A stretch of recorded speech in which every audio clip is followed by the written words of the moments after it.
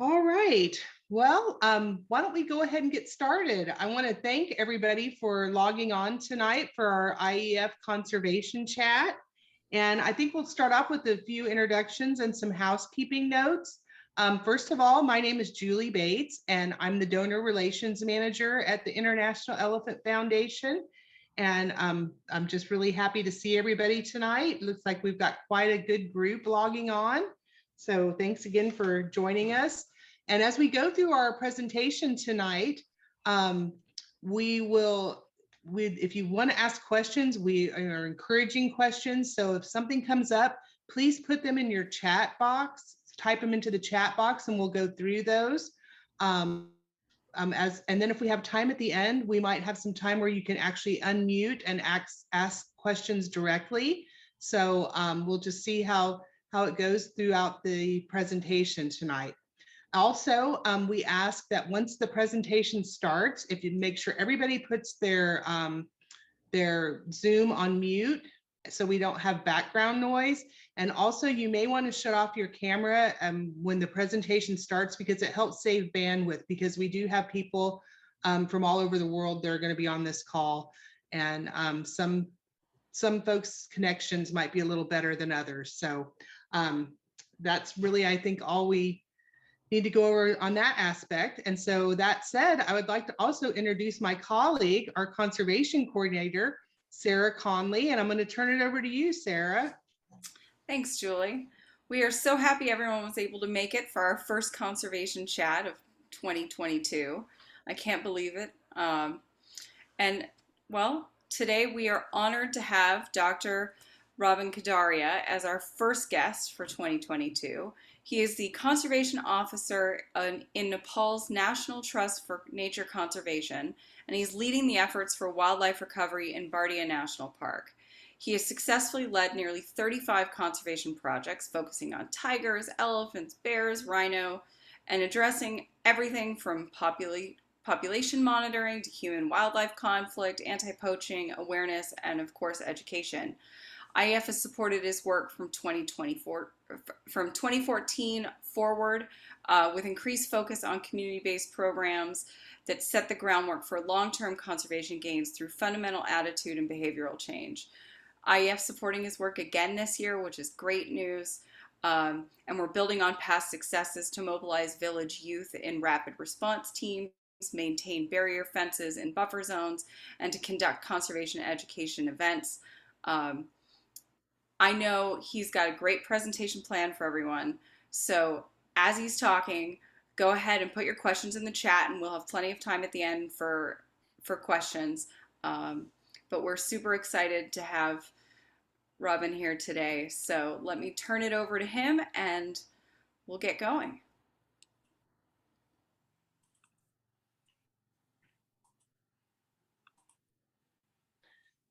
Thank you, Sahara, for your nice introduction. Dear member of International Elephant Foundation, our generous donor, elephant well-wisher, and all ladies and gentlemen. Good morning from Nepal. Now it's the morning time, around 8 o'clock morning time. As introduced by Sarah, I am Rabin Kadariya, working in Nepal in Bardia National Park for wildlife conservation since 2009. I am closely working with the International Elephant Foundation for the conservation of the elephant in this complex since 2014. It's my today I'm going to talk about the excuse me, there is some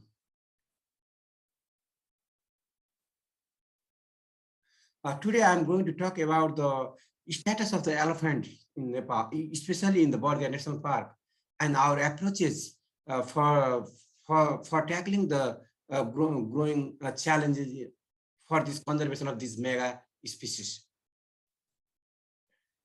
Nepal lies in two giant countries, India and China, and overall in the southern part of the Nepal is called Tarai.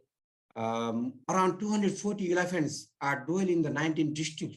You can see in this map the red dotted in the southern part of the Nepal, and of which 120 elephants, these are the estimated population lies in the Bardia National Park. and its adjoining areas.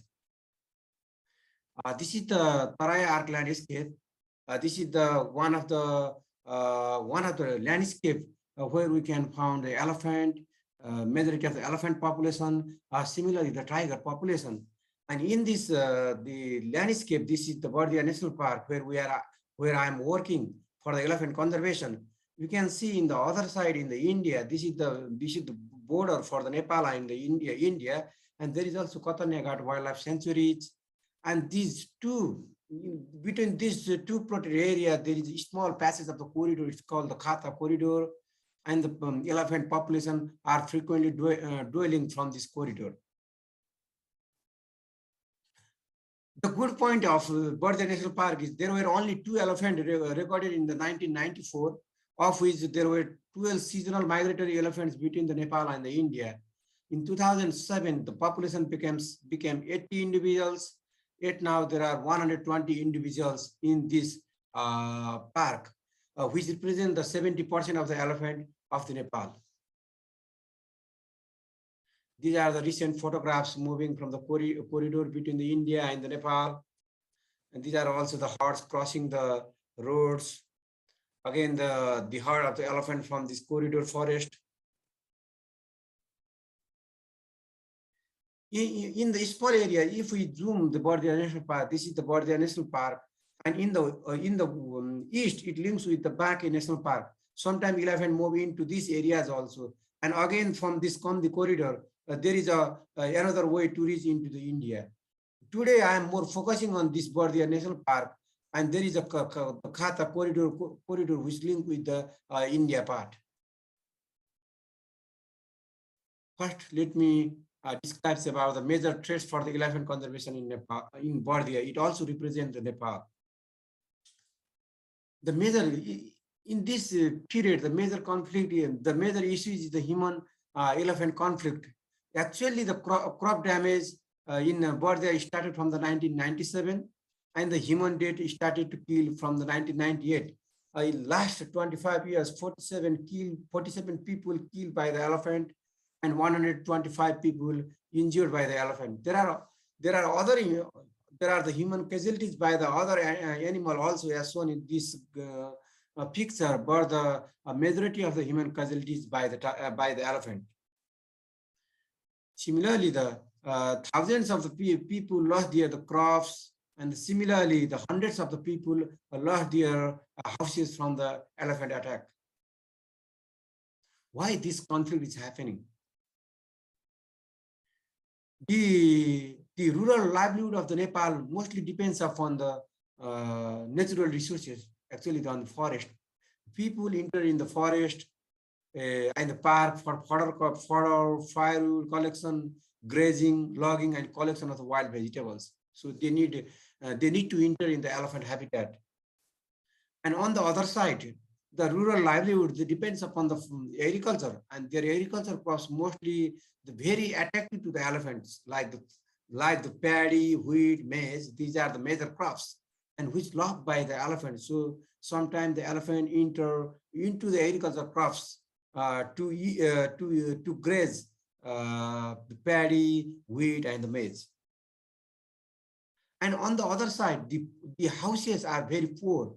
It made from the thatches and the mud. When one elephant gives heat, it can easily damage. And during the dry period, especially in the dry period, elephant enter in the village for searching the grains, like the store grain, and so the so the property damage also happen. And on the other side, the local people, actually this area is originated by the tribal society named the Tharu community, but most of the people, they are migrated from the hilly also. And the elephant and the people, both they are the new in these places, and the people, they don't know the elephant behavior and the proper chasing of the elephant. So the mostly the casualties happen while chasing elephant. You can see in this video how people are chasing.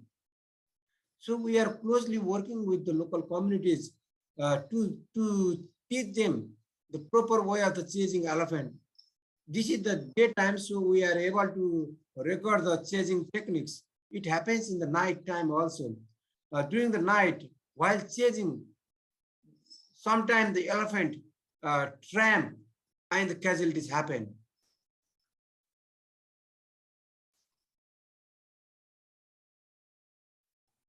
So this is the scenario in the local context. So we are trying to develop the local communities to train them how to safely chase the elephant by community decision. And since last 25 years, on the other side, 35 elephants found dead in this complex, of which 5 cases confirmed killing by the human in the name of protecting their crops or the settlement. Another challenge, this is not a major challenge in this present scenario, but if you compare in the last 100 years, majority of the elephant habitat converted into the agricultural land, but still in the few places, there is a minor cases of the forest degradation and encroachment. These are some encroachment made by the local community, later destroyed by the authorities. The major problem is the increasing human population. If we see in the last 100 years, the population is increasing, and this needs more land. So many forest area is converted into the agricultural land. Even in some places, the mostly used elephant corridor, also there are the settlement. And due to the climate change, the forest fire, and even the people that depends on the livestock, they are grazing in the elephant habitat, sharing the habitat. Now, since 2014, International Elephant Foundation is supporting us to protect elephant and develop human-elephant coexistence in this region. I'm going to expand what we are working since 2014. This is the map showing the location of the security forces in the Bardia National Park, and their main duty is to protect the wildlife within these boundaries. But in the buffer zone side, this outer periphery of the park, the community-based anti-poaching units, they are working with these security forces for the protection of the elephant and other wildlife. Actually, there are the 19 buffer zone user committees, and more than 104 community-based anti-poaching units are actively engaging in wildlife conservation, where 2,400 youth are affiliated. Initially, when we started community-based anti-poaching units in 2009, there were only the boys. 45 boys were involved in this campaign, but later on, the girls were also attracted in this campaign, and now almost 50% females are participating in this campaign. And the first aim of these community-based anti-poaching units is to aware the village youth for the protection of the wildlife, for the conservation of wildlife, so that they can teach and they can convey their message to their friends and the families. And even in the free times, they are doing patrollings in the corridor regions and the buffer zones. These are some photographs of the patrolling done by the youth. We sometimes support their t-shirt or some dresses, some snacks to these youth, sometimes the cycle, so that they can organize patrolling. Even to motivate them in the community-based anti-poaching campaign, we support their skill enhancement for their income generation, like these traditional handicrafts, and even the village youth for the sewing and tailoring.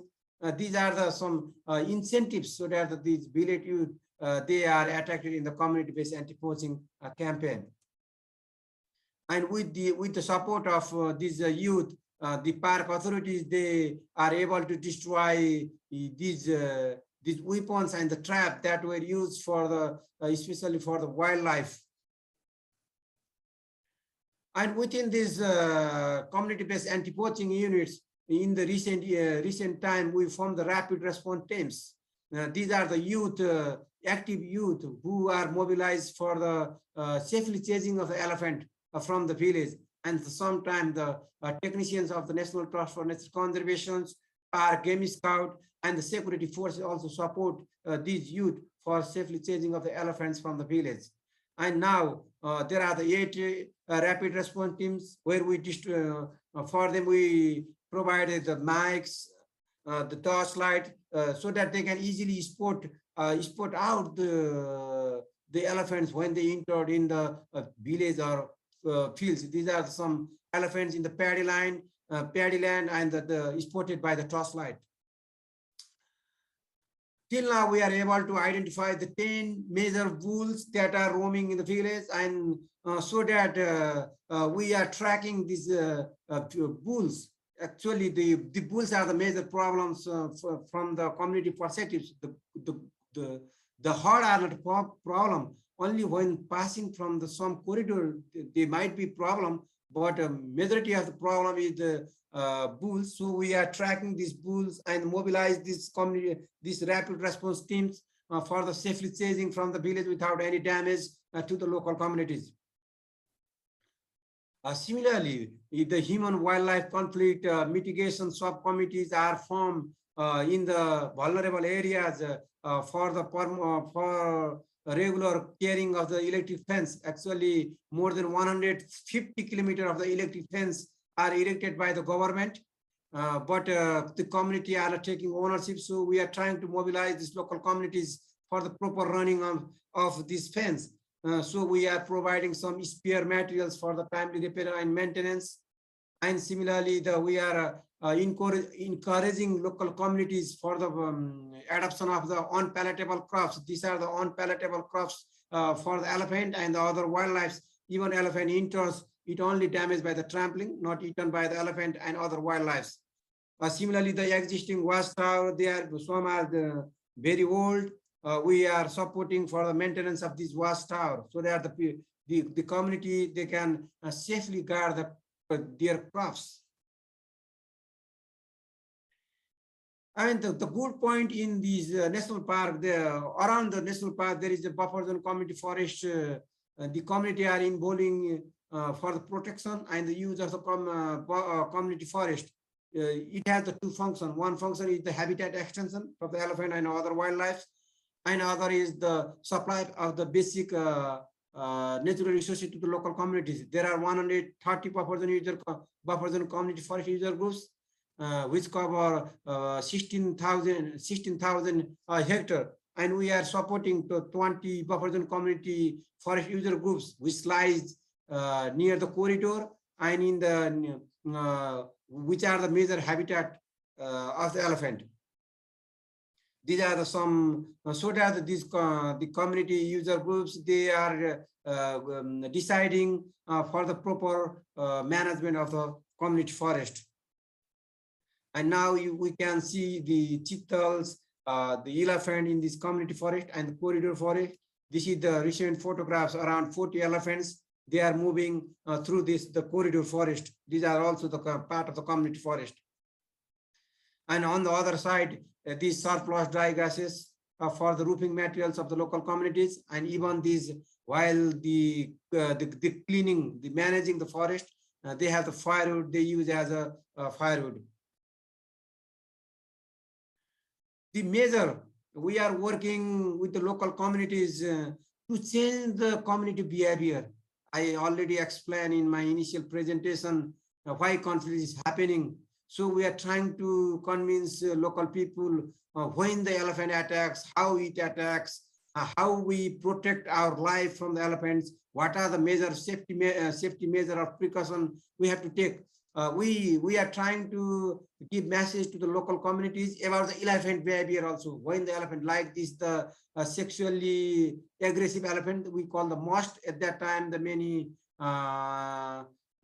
Tuxer, they enter in the village for searching grains and attack the people, and also the having the calf, or even in the herd, some males are roaming around the herds. That might be the reason for the attack the local communities.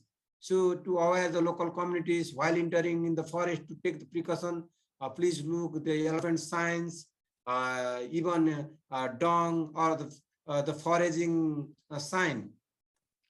And they have the wrong, these types of the wrong chasing techniques. We are teaching them how the safely measure, because in the night time, sometimes the people chase the elephant, like so that the elephant in the middle and surrounded by the people, and while escaping from the communities, it can happen human casualties. So we are teaching local communities for the proper way of the chasing elephant from the village. And we are also distributing the poster to the local communities about the elephant conservation. Yeah, but it's not costly. For 1,000 pieces of the poster, it costs around $100. And we have already distributed more than 5,000 poster to local communities. And these are the different activities. We are working with the schools for organizing the street drama, many local communities groups, and even sometimes the large groups of the communities. Sometimes we organize the conservation education session with the local politicians to get the support from the local bodies. And we also organize some TV programs so that the local communities, they will aware, they are awareing about the elephant conservation. Every year, we are able to organize around 100 sessions and target to the local communities around 5,000 people every year. And we are very proud to share that with our intervention, with our support, it helps to protect around 1,500 square kilometer forest and 100 elephant population. This is the recent video clips taken from the corridor forest where the heart of the elephant are moving from the Indian protected areas, like the Katanagat Wildlife Sanctuary to the Bardia National Park of Nepal. This habitat is shared by the other critical endangered animals. So this our intervention also protecting this critically endangered animals like the tiger, rhino, the dolphin, and the water in this complex. We are closely working with local government organizations like Bardia National Park and the rural and urban municipalities, many local community organizations, and we have also formed some functional groups like rapid response team, human wildlife conflict management subcommittees, street drama, and so we are very indebted. We are very happy to work with the International Elephant Foundations, U.S. Fish and Wildlife Service, and other conservation partners for the conservation of elephant in this complex. Thank you very much for hearing our conservation initiatives in Nepal. Thank you very much. Wow, thank you. That was great. And you got a lot of people talking in the chat, which is fantastic. So why don't we jump right into some questions? One of the questions is, if there were only 2 elephants in 1994, how did you grow the population through protection while accounting for the necessary genetic diversity? So maybe talk about the migration of the population and that kind of thing. In the 90s, there were only 2 elephants, especially 2 bulls were recorded in the Bardia National Park. Later, some herd of the elephant, they came from the Indian side, like this Katanagat Wildlife Sanctuary using the corridor, and they visited the Bardia National Park, and they stay here. And still now, now we have the 120, we say here in the Bardia 120 elephants, of which 50 to 60 elephants, they permanently reside in this complex. And 50 to 60 elephants, they move from sometimes they are in Nepal and they are sometimes in India. And so we want to say, initially there were the elephants. If you compare, you see in the 100 or 200 years ago, there is no doubt there were elephants. But in the recent periods, after 1990s, the population is being increases. And for the genetic diversity also, we can say that, because you know that this population, although it's the new population for the Nepal, but it has a wide connection with the Indian protected areas, and even in the Nepal, sometimes it can go to the western side, eastern side from the Bardia National Park, And even to the western side, there is also some patches of the forest who they can move. So we can say these are not the isolated population. These are the one complex, we call it the Western Tarai complex. This is the part of this complex population. Great. It actually sounds like the more success you're having, the more permanent residents you're getting, and that's a really good thing. We have some questions that are kind of dovetail with that, so I'm going to jump around in the chat. Another question are the elephants still protected on the other side of the border? So the ones that go into India, what kind of protection methods are going on in India? Do you know? Yeah, from this my place, the aerial distance is around only 15 kilometers to the India. And because from the last 2 years, we are not able to organize the transboundary meeting due to the corona, but otherwise we frequently organize the meeting, informal types of the visit between the Indian authorities and the Nepal authorities, and even the community leaders. Sometimes, the Nepalese authorities and the Nepalese community leaders, we visit to the Indian Kotaniagat Wildlife Sanctuary site, and they visit up to the Nepal site. And in India also is well protected because they also deploy their security forces. In the India side also, it's fully protected. But if we talk about the community perspectives, the more community participation we found here in Nepal than in India. Excellent. Okay, good to know. Now there's a lot of questions about human-elephant conflict. So the first one is so a lot of the attacks are due to people not understanding the elephants in the area. People are asking sort of what are the drivers that are causing these sort of attacks and conflict? Yeah, I am closely looking this 47 human casualties. The most of the human casualties by the elephant happen in the night time, and it happens in the village, not in the jungle or even in the park. It's night time, and mostly it's happened while chasing the elephant. So so our concern is the majority of the majority of the human casualties happen in the night time, and it's happened during the time of the chasing the elephant from the village or from the cropland. So we have it's due to because the while chasing the people, they are very close to the elephant, or even they don't know where is the elephant in the night time. That's why the conflict is happening. So that we are working with the local communities to show this situation. The conflict is happening in the night time while chasing. So we are trying to change their behavior for the safely chasing of elephants, or even renovating the existing the watchtower or the guard the watchtower, so that the people safely chase the elephant from the this watchtower. And also we are distributing torchlight so that they can easily spot out where the elephant is. So we are working in the two aspect. One is the implication of the mitigation measure, like the electric fence is the latest technology for the protection for the stop of the elephant movement from the forest to the village. But it's very tedious for the proper running of the fence.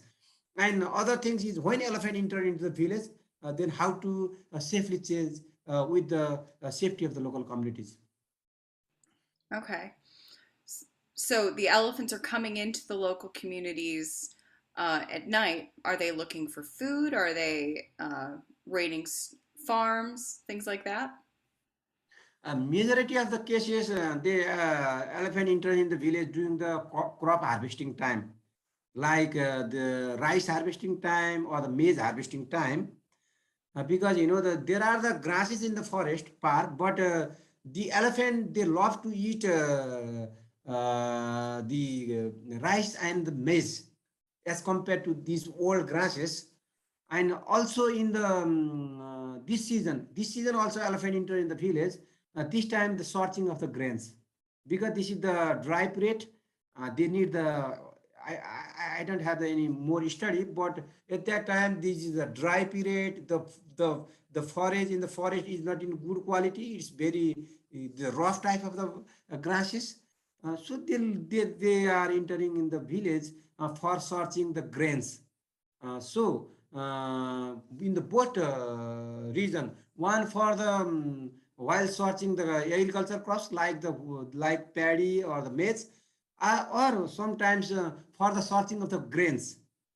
And the interesting thing is that we never found the hard elephant enter into the agricultural crops and the, for searching the grains. Only the bulls elephant, the tusker, until now we are able to distinguish from their morphological features like horn shape or there is a notches on the ear, the size of the elephant. We are able to identify 10 elephants. They are frequently moving in this complex and they sometimes enter into the village. That's perfect. It leads right into the next question. People are asking sort of about the demographics. So, are the majority of the elephants that are problem elephants younger ones, older ones, males, females? And then we have another person asking about how old the matriarchs are in the herds that you're tracking. How old the?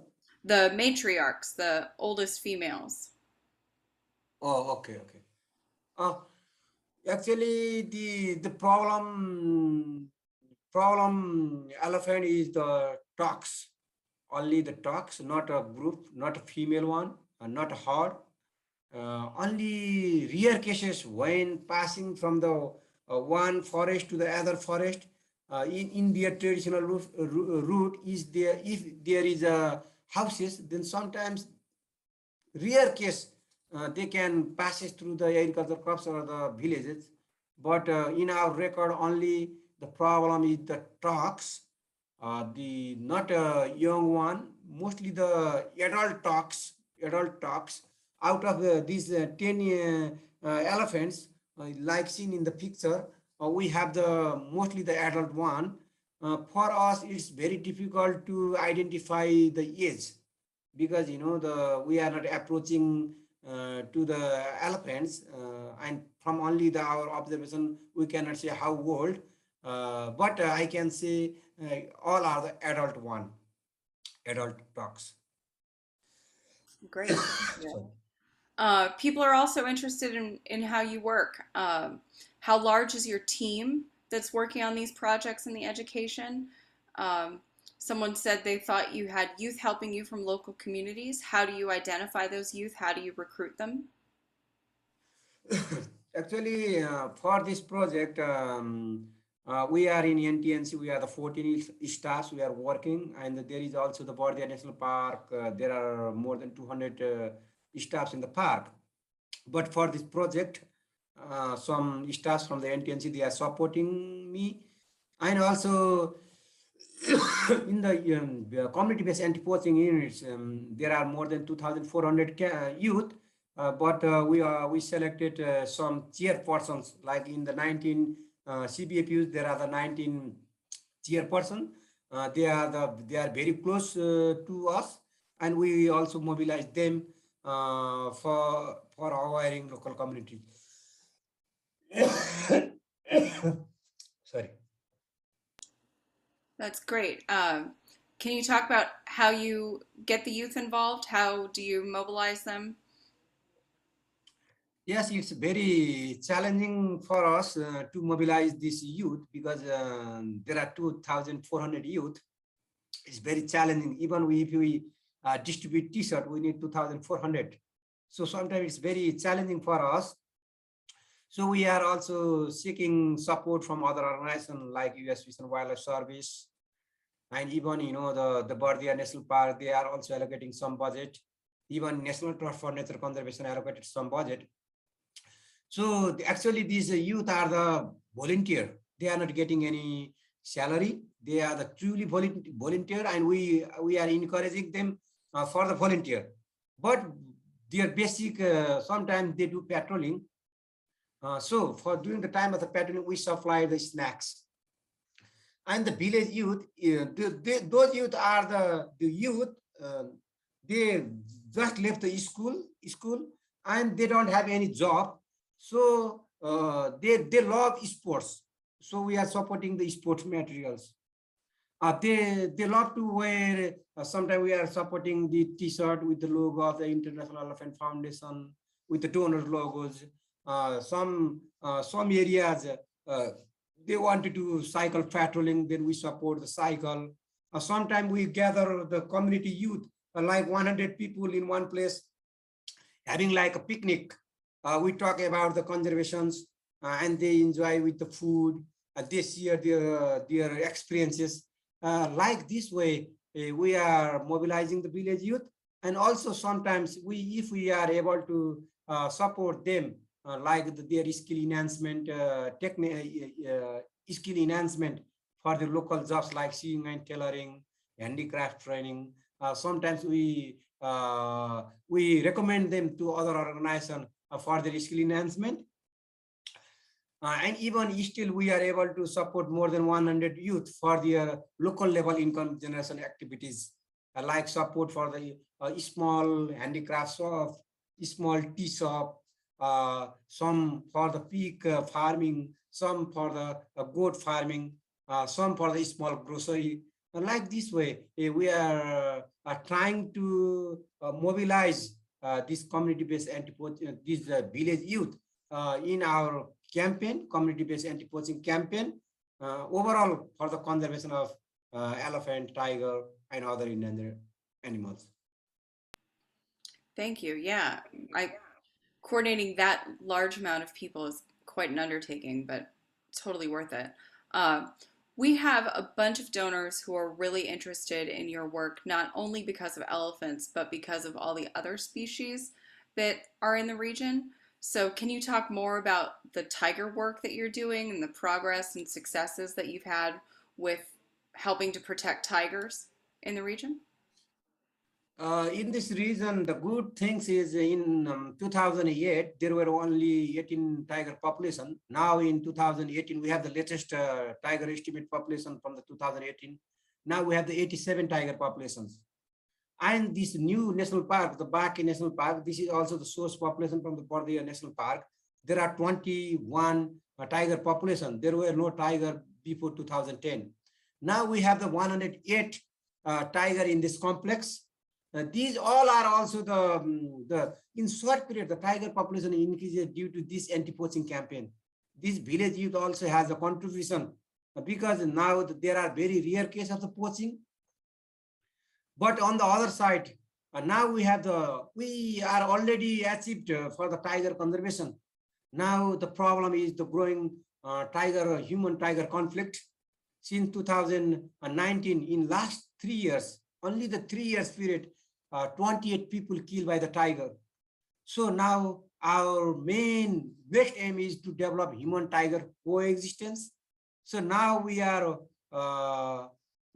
working with the local communities and the park authorities to identify the problematic tiger, deploying the camera trap, so that we timely identify the which tiger is involved for the human casualties and what's the reason, either needs to tiger rescue or not, and to avoid the local people about the tiger movement so that their fear can be minimized. And even in the cases of the tiger, the interesting things for the tiger is the out of the 28 people killed by the tiger, 27 people killed in the forest. Just opposite compared to the elephant cases. The elephant cases happen in the village. It happens in the night time. But for the cases of the tiger, many people, almost all the people kill in the forest and not in the night time, during the daytime. Because people enter in the forest for collecting the fodder, grasses, fuel wood, even the wild vegetables, sometimes grazing their livestock, and the casualties happen. So we are working with the local communities also to change their behavior while entering in the forest, because people are going all over in the forest. Even sometimes when the tiger killed, nobody knows, and next day or not the day after, people only we know the tiger killed the people. So like this way, we are developing the human tiger coexistence for the well-being of the local communities and the welfare of the tiger by deploying the camera trap with the support of our technicians, even sometimes we rescue, already we have rescued 6 tigers from the fringe areas where there are the frequent casualties happen, so that we can conserve the tiger for the long term with the community participation. This is about the tiger conservation. Beside this, we are also working for the rhino conservation because we have the 38 rhinos in this complex, the critically endangered gharial and the dolphin in the river. So mostly we are focusing on these critical endangered species in this complex. Yeah, well, it sounds like the more success you have in protecting the habitat and the more recovery that these animals have, the more incidents of human wildlife conflict there are. So it's great that you're addressing it and doing things for education to make that through. We have a follow-up question. Someone says, humans are obviously the greatest threat to the elephant population, but do the tigers or other predators take elephants too? So are the tigers hunting elephants, or are the other species there attacking the elephants, or is it really just people? Uh, Till now, we don't have any records of the elephant killing by the tiger. But in the cases of the rhino calf is killed by there are many rhino calf killed by the tiger. But for the cases of the elephant, the only problem is the human. That makes perfect sense. Um, so another follow-up question about the tigers. I know you've been really great with sending us updates when you identify a problematic tiger. Can you talk us through the procedure of, say, a conflict incident happens and then you guys go to the camera traps to identify the tiger and then either rescue the tiger or translocate it, or talk through one of those cases or one of those successes? Actually, when any human is when incident is happen, we visit the place. Why our curiosity is why the conflict, why the incident is happened. We want to when any human is killed, then there is a pressure to capture tiger or to kill the tiger from the local communities, local political leader, because there is that they are missing their family member. So our aim is to identify the tiger, whether the tiger is actually the becoming searching the man or is just an accident. So we need to first look after the tiger health. So when the incident happened, then we deploy the camera trap, automatic camera, and in our study, uh, in implications when we deploy camera, the tiger is back to that places. When the dead body is removed from that places, a tiger visited again that site, either after 15 minutes, 30 minutes, or sometimes 3 hours or 4 hours. Then we took out picture and we see the picture and we try to the matches its stripes with our tiger profile, and then we see if this tiger is involved in other cases, I mean the other human casualties.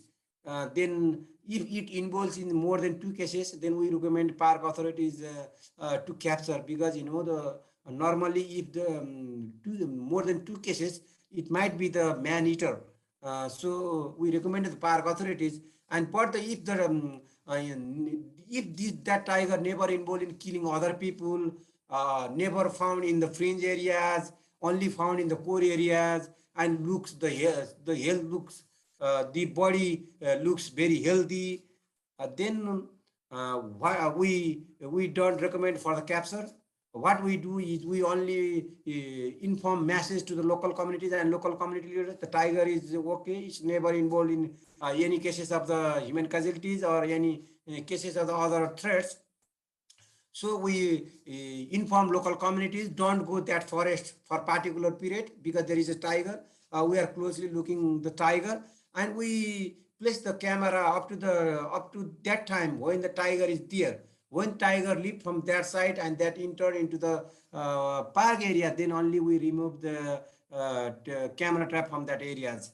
So the deployment of the camera trap has a two reason. One is to identify the tiger, and recommend whether we need rescue from that area or not. And another is if the tiger is okay, we don't need the rescue operation, then motivate to inform local communities about the movement of the tiger so that the people can take precaution while entering in the forest, or they stop to go forest for some period. That's why we are working with these problematic tiger monitoring. And now some tigers we already rescued, and some are again released in the core part of the park, and some are in the transferred to the zoo, because the for the sake of the long term, because without the engagement of the local communities, it's very difficult for the conservation of these mega species, especially for the tiger, because it needs the habitat. And our habitat, our park is like an island, is surrounded by the villages. So for the survival of the remaining tiger population, sometimes we need to, although it's not a wise work for the tiger conservation point of view, but for the welfare of the remaining tiger, we have to sometimes we have to capture or rescue some problematic tiger, so that all the communities has a positive attitude toward the tiger conservation. Thank you. Yeah, that's a good way to put it. Islands of habitat. I haven't sort of thought about it that way before. Um, People are asking about poaching in the region. Is there a lot of poaching that goes on, or is it mostly just human wildlife conflict or retaliatory killing? Is that more the speed of when wildlife gets killed? Yeah, yeah. If you talk about the before 2008, there were the many poaching cases, especially because at that time tiger population is only decreased up to the 18. After that, we don't have the serious cases of the poaching, but still, even 2000 after 2019, eight tiger are killed in this complex. Some are in the trading in the market also. So there is a still threats, poaching threats for the tiger. That is the, I mean, the illegal type of the crime for the for linking with the trade illegal in the illegal market. Regarding the elephant, we have the only one cases of the ivory trade in this complex. Only one cases of ivory trade, and we found five cases of the elephant dead by the. We found the five elephant killed by the human. Four are using the electric shock in the name of the protecting their crops, although it's illegal. And one is elephant found dead with the gunshot. We assume this elephant also gunshot while chasing from the agricultural crops. Okay, yeah, that makes perfect sense. Um, so, what do you think the next steps are for helping elephants and other wildlife in this region? I mean, I know IEF is funding your work this year, but sort of what's your 5 year plan? Now, I am more focusing on the community perspectives, because if we are not able to change the community behavior, the main thing is changing the community behavior, and it takes time, because the people, they know the elephant can kill, or even tiger can kill, but even they are chasing elephant without any precaution from the village. And in the case of the tiger, people are entering in the forest, they know tiger kill, there are the tiger, people know, and the tiger may kill. If tiger attack, people kill by the tiger, but still people are entering. When they need the firewood, when they need the grasses, when they need the wild vegetable, they forget these things. So for next 5 years, my main motto is to talk with the local communities to realize the safety measures in their subconscious mind, not in the conscious level. Like, if we are crossing the highway, we are taking the precaution from the from the vehicle.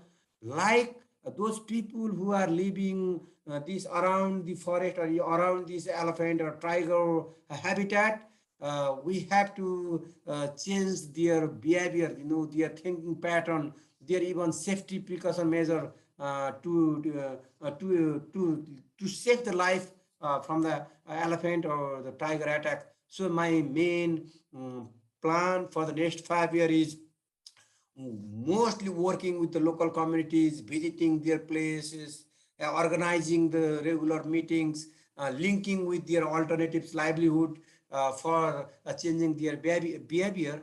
And of course, the other is tracking these problematic animals to know their movement and timely awareing local communities for its movements. That's great. Yeah. I mean, I know with IEF, we know that if you educate people and work within the community, that's how you're going to get the long term change that we're looking for. So that's fantastic.